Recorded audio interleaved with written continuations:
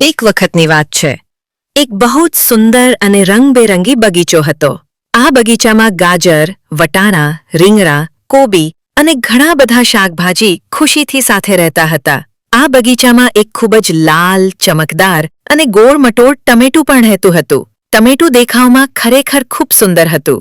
તેનો રંગ એટલો લાલ હતો કે સૂર્ય પણ તેને જોઈને ચમકતો હોય એવું લાગતું. પણ આ ટમેટું થોડું ઘમંડી હતું. તેને પોતાના રંગ પર બહુ જ ગર્વ હતો. તે રોજ બીજા શાકભાજીને કહીને હસાવતું, જુઓ, હું કેટલો લાલ અને સુંદર છું. તમે બધા તો ફિક્કા દેખાવો છો. ગાજર શાંતિથી હસતું, વટાણા કંઈ બોલતા નહીં અને રીંગણું પણ ચૂપ રહેતું. તેઓ બધા મિત્રભાવથી રહેવા માંગતા હતા. પણ ટમેટું હંમેશા પોતાને સૌથી શ્રેષ્ઠ માનતું. એક દિવસ સવાર થઈ. સૂર્ય ઉગ્યો, પક્ષીઓ ચહક્યા અને બગીચો ખુશીથી ઝગમગતો હતો. ટમેટું ફરી ગર્વથી બોલ્યું, આ બગીચામાં જો કોઈ ખાસ હોય તો એ હું જ છું. મારા વગર કોઈ કામનું નથી. બીજા શાકભાજી દુઃખી થયા, પરંતુ તેઓ ઝઘડો કરવા માંગતા નહોતા. થોડા સમય પછી બગીચામાં એક મીઠો અને હસમુખો શેફ આવ્યો. તેના હાથમાં ટોકરી હતી.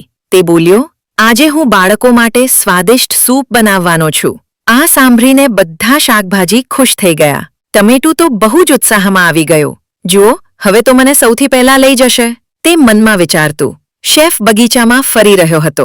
તેણે પહેલા લાલ ટમેટું જોયું અને સ્મિત કર્યું. તેણે ટમેટાને ટોકરીમાં મૂક્યું. ટમેટું ખૂબ ખુશ થયો. મેં કહ્યું હતું ને, હું જ સૌથી ખાસ છું. તે વિચારીને ફૂલાઈ ગયું. પણ શેફ ત્યાં જ અટક્યો નહીં. તેણે ગાજર લીધું, વટાણા લીધા અને રીંગણું પણ ટોકરીમાં મૂક્યું. ટમેટું થોડીવાર વિચારી ગયું, આ બધાને શા માટે લઈ જાય છે? રસોડામાં પહોંચ્યા પછી શેફે બધા શાકભાજી સાફ કર્યા અને મોટા વાસણમાં મૂક્યા. હવે ટમેટું જોઈ રહ્યું હતું કે સૂપ એકલું ટમેટું નાખવાથી બનતો નહોતો. ગાજરથી મીઠાશ આવી, વટાણાથી સ્વાદ વધ્યો અને રીંગણાથી ઘાટ આવ્યો. જ્યારે સૂપ તૈયાર થયો ત્યારે તેની સુગંધ આખા રસોડામાં ફેલાઈ ગઈ. ટમેટું સમજી ગયું કે જો હું એકલો હોત તો આ સૂપ ક્યારેય આટલો સ્વાદિષ્ટ ન બનત. ત્યારે ટમેટું શરમાયું. તેની આંખોમાં પાણી આવી ગયું. તેણે બધા શાકભાજીને કહ્યું, મિત્રો, મને માફ કરજો. હું ગર્વ કરતો હતો. હવે મને સમજાઈ ગયું કે આપણે બધા સાથે મળીએ તો જ ખાસ છીએ. ગાજરે સ્મિત કર્યો, વટાણાએ ખુશીથી ઉછાળો માર્યો અને રીંગણાએ કહ્યું, સાચું કહ્યું મિત્ર, એકતામાં જ તાકાત છે. બધા શાકભાજી ફરી ખુશ થઈ ગયા. હવે ટમેટું ક્યારેય ઘમંડ કરતું નહોતું.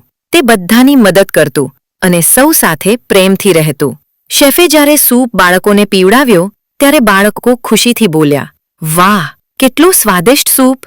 બગીચામાં પાછા ફર્યા પછી બધા શાકભાજી આનંદથી રહેવા લાગ્યા અને લાલ ટમેટું હવે ગર્વ નહીં, પરંતુ મિત્રતા અને એકતાનું પ્રતીક બની ગયું.